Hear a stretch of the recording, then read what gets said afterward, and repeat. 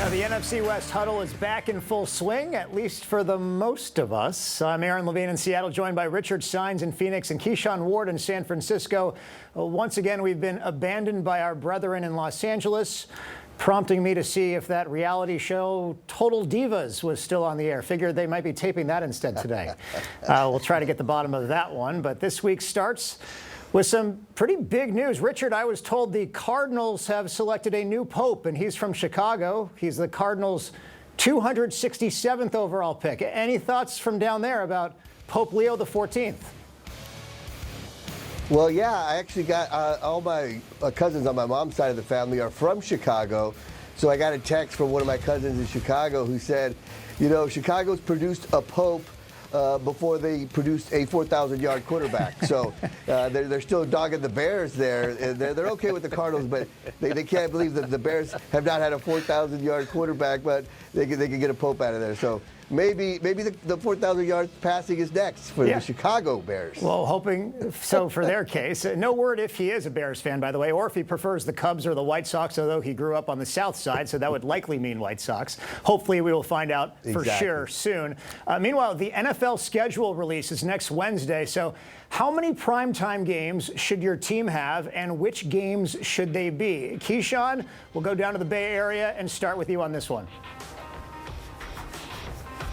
All right, so the games that should be, let me answer the first one. They should have at least 4 or 5. I'm going to start off with the 49ers at the Rams, because we all know whenever the Rams have a home game with the 49ers, the Niner fans, the faithful, I should say, they just come down to SoFi Stadium and take over the entire stadium. You see a sea of red and gold jersey, so that's number one. My next one would be 49ers at the Browns. Here's why. Now, there is some context. We do have to know who is the quarterback for the Cleveland Browns.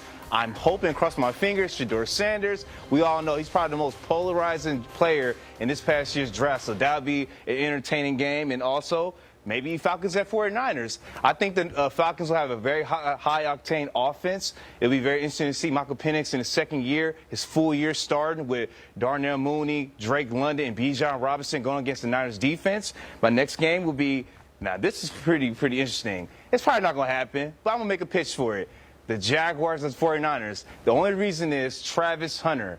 I mean, man, if anybody watched him at Colorado or even at Jackson State the past couple of years, that is an entertainment in one form. He plays on both sides of the ball. It'd be great to see him going against a great defense with the 49ers and see. Let's see what Deommodore Lenoir doing against him. I mean, that would be a great sight to see. And my last pitch, the Chicago Bears at the 49ers. Now, granted, last year, the Niners dismantled them, but I think seeing Ben Johnson leading the offense with Caleb Williams in the second year and all the offensive weapons they got in the draft, it'll be a great game to see. So those are the primetime games the 49ers should have next season. Wow, you are shooting for the stars with 5 primetime games this upcoming season. We'll see whether that's the case next week. Richard, just 2 primetime games last season for the Cardinals after being shut out the year before. Are they ready for even more primetime this year, and which games should they be? Well, first of all, before we even get started on that, I just want to say I'm going to the gym tomorrow after looking at Keyshawn. Man, sun's out, guns out. He showed off the pythons today. Wow. I'm like, okay, I'm going to do curls tomorrow for sure. I was like, man, and the shirt, is that a medium? Man, I am impressed with the biceps, that's for sure. It's a large, man. It's a large? Wow. When you look at it, I was like, wow. Do we need to get a tape measure around those things? What's going on? I'm like, he's like, which way are the bathrooms? They're that way. They're that way. That's how he points. I see how you are, Keyshawn. 24-inch python. I'm working triceps, biceps tomorrow. Yeah, sun's out. It is getting warmer, so I guess sun's out, guns out. That should be on prime time. It's hot. Those biceps. Oh, yeah, there's some smoke in the city, that's for sure. All right, so back to the primetime games, right?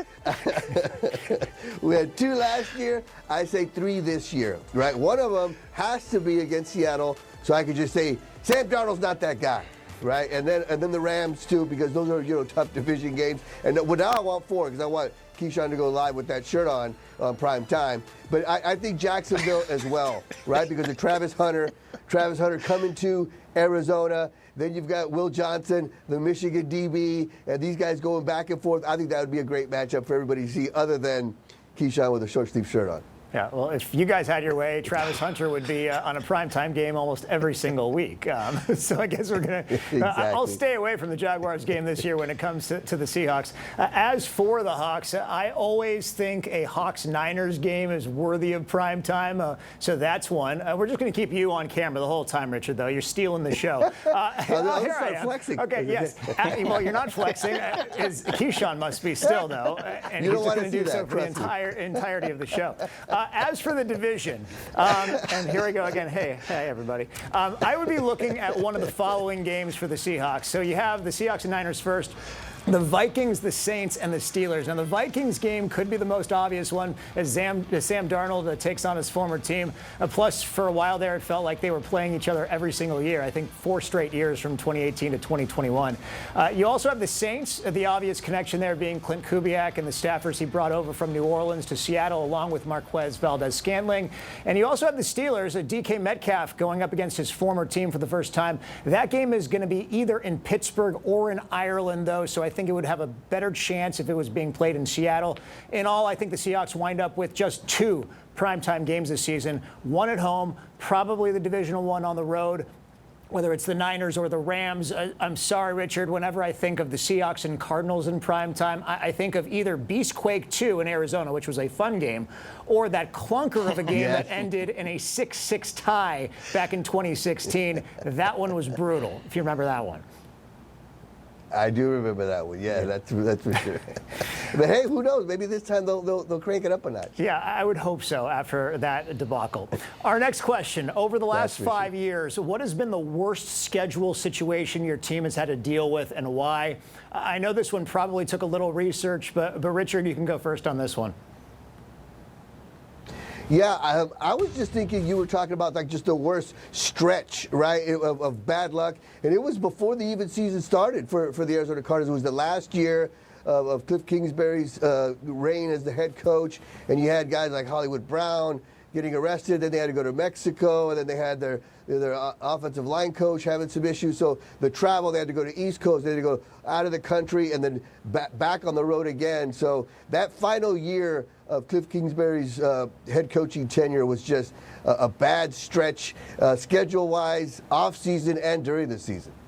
Yeah, I think the strangest one for the Seahawks and most unfair one was 2 seasons ago, going to the Rams on a Sunday, then hosting the Niners on Thursday Night Football on Thanksgiving night 4 nights later. And then instead of getting the normal 10 days of rest, they had to play another game at Dallas the following Thursday in prime time. And that was 3 games in 11 days. It's no wonder they lost all 3 of those games. I thought that was pretty unfair.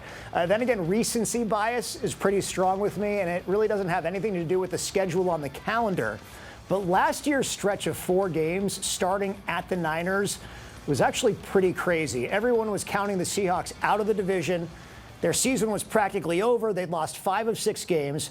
They go to Santa Clara that week. Everyone's expecting a blowout loss. Instead, Geno Smith leads a game-winning drive in the 4th quarter. They win that game.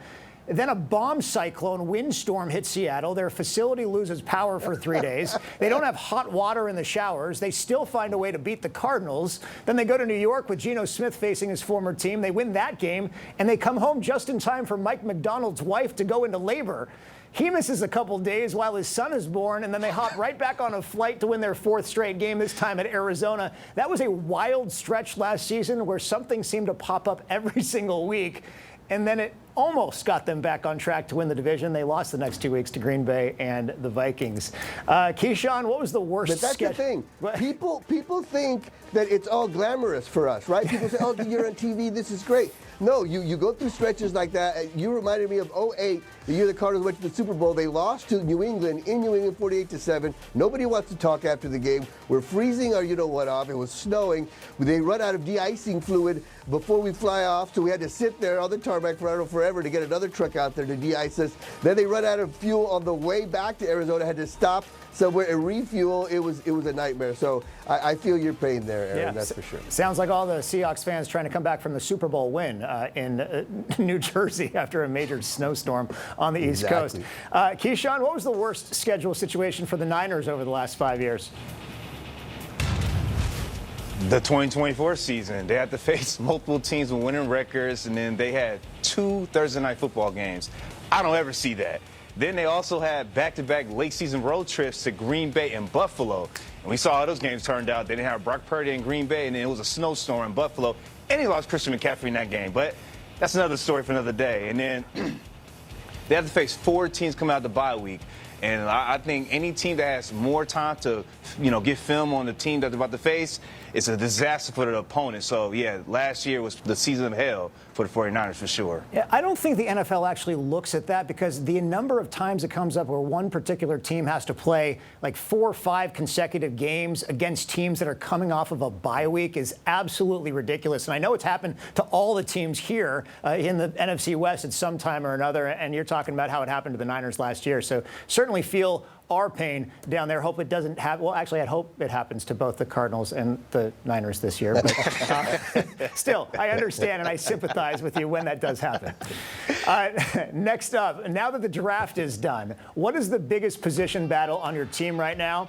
Now, I'll go first here. I think the most important battles are at center and right guard. Obviously, offensive line. Someone has to win that center job, whether it's Oluwatimi or Jalen Sundell. And at right guard, it'll be a battle between Christian Haynes, Anthony Bradford, and Satoa Lomea. But the most intriguing battle to me is actually at a position Clint Kubiak is bringing back to Seattle, and that's fullback. Because the 2 guys they have fighting for that job are both converted tight ends, Brady Russell and Robbie Oots. Russell was a serviceable tight end last season in Seattle, but he's being moved to compete with Oots, who is a 5th-round draft pick from Alabama. He's 274 pounds, hopefully becomes a battering ram in this run-heavy offense.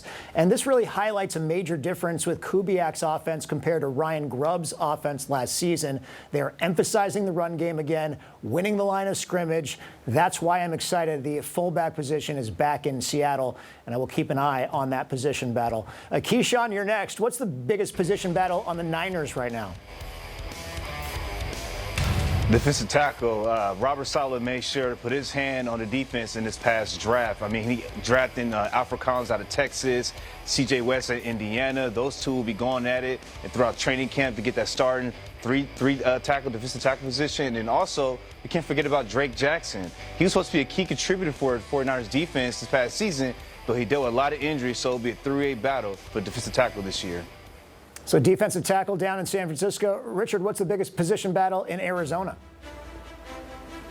Yeah, I think it's going to be D-line, especially because not only did they draft, 2 guys this year for that defensive line, the first pick overall for the Cardinals, Walter Nolan was a defensive lineman. Then later in the draft, they get the Jordan Birch kid from Oregon, who's a speedster, runs a 4.6 40, and then you brought in Calais Campbell. You brought him back, a blast from the past, a guy that could kind of mentor these young guys. You also went out and got Dylan Tomlinson in free agency. So a lot of new faces on that D line. So how is that going to play out? Because Calais Campbell says he still wants to play. Played at a high level last year, had 5.5 sacks, so he can still get it done. But maybe they just pick and choose when they play him, right? Get him a certain number of snaps in certain game-type situations and then see how these younger guys come up. So it's going to be interesting to see how that plays out because, like I mentioned, they brought in you guys and they lose a guy in Roy Lopez, who's now with the Lions, who was a major contributor for that D-line just last year. So I'm going to keep my eye on that for sure. And then the linebacker room is going to be crowded, and that's going to be a lot of fun to watch as well. Yeah, isn't that a good problem to have? I mean, last week you were touting how good this defense could potentially be after their draft, and now you've got a luxury of riches right there on the defensive line and potentially in the linebackers room. Exactly. I just finished talking to the rookie Cody Simon, the linebacker, out of Ohio State, and he's talking about wanting to play right away and wanting to push the older guys because he says iron sharpens iron. and he was saying, look, I just won the national championship, so the goal for me is to win it every year. And he even said, I know a lot of people in this room don't believe that, but that's my goal, and that's what I'm going to try to do. And he said, I think we're a couple games away. And I'm like, okay, let this rookie talk, that's for sure. So we'll see what happens. He's already talking Super Bowl. He hasn't even had minicamp yet. The Cardinals want to trade any of their players on defense over to the 49ers? I feel like it's a big need for the Niners down in San Francisco at this point, even after the draft. Am I not right? Yeah. That's for sure. No, yeah, and you're then right, Will Johnson is another guy too that he's ready to go. Yeah. Okay, well, next topic. What is your head coach's biggest Achilles heel? What does he need to do better this season that he's struggled with in previous seasons? Keyshawn, your first this time. Where does Kyle Shanahan have to improve?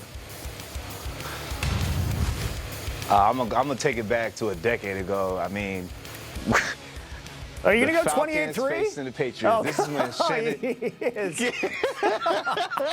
Wow. Oh my God! And it still hasn't stopped. I mean, I've seen on numerous occasions with Kyle having the lead, and I don't get. He's just going to keep airing the football out. It's just no, man. Just turn around, hand the football back, and just finish the game. I don't know why he doesn't do that, but it just never happens. So just finish the game. Just finish games. Also, this is very interesting. I felt like last year when Christian McCaffrey came off his injury, at the time, JP was leading or second in the league in rushing, but then Kyle completely just said, nah, we're going to just give 25 carries to Christian McCaffrey and don't hand the ball out to Garendo or Mason. I just felt that was really interesting because next thing you know, McCaffrey had an injury a couple weeks later. So I just want him to use his entire backfield and not just give McCaffrey 20 to 25 carries because you need him for an entire season. I mean, we see it. When he's healthy, it's either him or Saquon Barkley as the best running backs in the NFL. So just take care of your backs and finish games, please. Yeah, that makes sense, but just keep telling Kyle to keep throwing the ball at the end of games if they've got a big lead. That works for us, at least in the rest of the division. Richard, you're next. Jonathan Gannon's biggest Achilles heel, and where does he need to improve the most? Well, first of all, I might have to lend this to Keyshawn because, boy, he's keeping receipts, right? Does he have a diary? He took it back 10 years. He's like, I'm going to go back 10 years. And plus, this kind of matches his shirt. Maybe I should borrow the shirt. I can't fill it out, though. I don't have the bicep that he has. But I'm also going to agree with Keyshawn. It fit me like a nightgown. That thing would be so big on me. But, yeah, I think Jonathan Gannon also needs to finish games. For some reason, the Cardinals get off to a good start. They did it in Buffalo to start the year, and the second half they would seem to wilt under the pressure. I don't think it was really the pressure. I just think the D-line and the defense would get worn down, and I think that's why they were so animate on fixing that side of the football this year and helping them out and getting so many different guys. So I think finishing games and finishing how you started and holding those first half leads would be a major improvement for Jonathan Gannon as a head coach. Wow, a common theme amongst the first two teams in the NFC West here in terms of their Achilles heel is holding on to leads at end of games. As for Mike McDonald here in Seattle, kind of somewhat hard to say after just one season. I mean, with Pete Carroll, it was very obvious. He rarely got a challenge right, and it became an ongoing joke with his fan base. I think McDonald found his voice pretty well in year one. I just think the lack of NFL experience on his offensive staff let him down last season, and he had a hard time dealing with that, specifically in fourth down situations. I mean, he went for it a number of times, and probably the decision was right, but the play calling was definitely lacking. So I'm glad he has a more veteran group coaching that side of the ball this year. It'll take another season to see where his biggest weaknesses are going forward. I'll tell you what, guys, though, what the Seahawks are good at. Apparently, Sean McVay says the Rams have had to stay at the same hotel in Seattle where they were holding a furry convention, not once, but twice. And so I've heard of pulling a fire alarm or pulling pranks on other teams, but this one is just fantastic. I mean, I looked it up. This year's furry convention in Seattle is the weekend of January 3rd. So if there's a home game that weekend, Seattle, do your thing. Make sure the opponent, whoever it is, the Rams, the Cardinals, the Niners, I'm assuming it's a divisional opponent since it's toward the end of the year. Make sure that opponent is once again staying at the Hyatt Regency downtown. So what do you guys think? Will that have an effect on your team? Yeah, that's next level stuff. It's something to keep in mind when the schedule comes out next week. I'm definitely keeping an eye on that. And our final topic tonight, playing off the hypothetical that's gone wild this past week of who would win between a gorilla or 100 men. We asked this question: who would win, a gorilla or your 53-man roster wearing full pads, and why? Richard, you waited all show to answer this one, so I'll let you go first. Yeah, I got to admit, I was excited, because for people at home, Aaron sends out the topics and tells, hey, this is kind of what we're talking. When I saw that, I'm like, yes. But first of all, I was excited to talk about that. But also, I want to know, I don't know if you guys know, how did this thing even come about? No idea. How did this even start? Yeah. Because all of a sudden I just seen this, 100 gorillas or this, and that. So, and I guess I was pretty excited about it because, full disclosure here, I had a dream about this question last night. And I had a dream that this was really happening. And then I started to feel bad for the gorilla. And I'm like, look, these guys are a full pads. And I'm trying to coach up the gorilla and help him beat the Cardinals 53-man roster. I remember I woke up going, did that really just happen? So I guess I got to go with the gorilla now because in my dream I was feeling bad for the guy and trying to help him out. Yeah, this show has officially gone off the rails at this point. But to answer your question, I don't know how that started.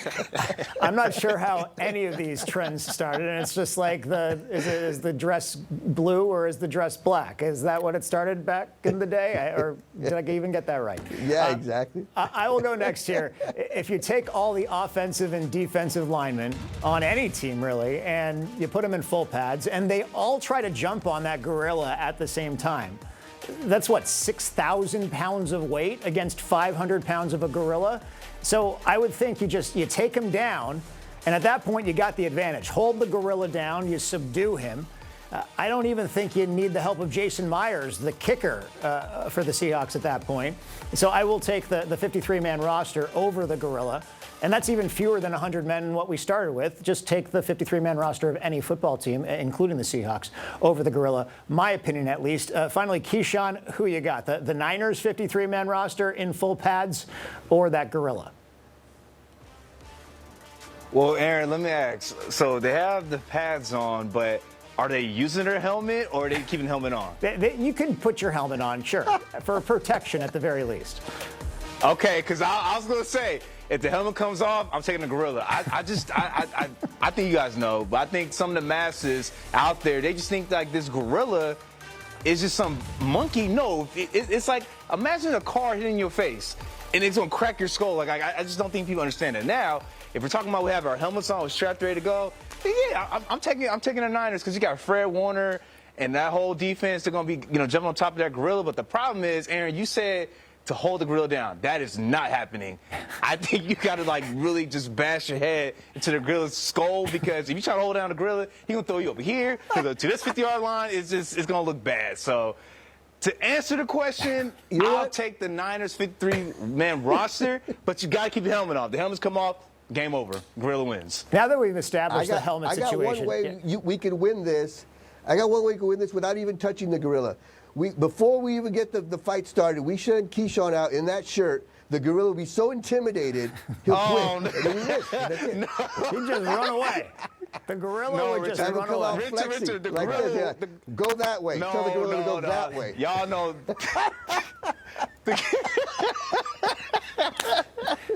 The gorilla says, I don't want any piece of that guy.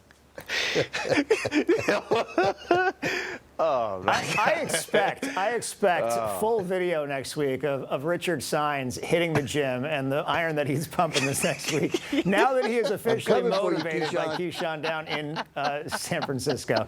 And if anything, I mean, this last question and conversation proves, this entire show proves that it's currently the month of May and the regular season doesn't start for another 4 months. So that is going to do it for us. We will be back here next week in some way, shape, or form. Hopefully, Los Angeles will be here also to join in on the whatever you want to call this, with or without our friends from Los Angeles, who, again, were probably busy in hair and makeup all afternoon instead of joining us for this fun show. For Keyshawn and Richard, I'm Aaron. Have a great week, everyone.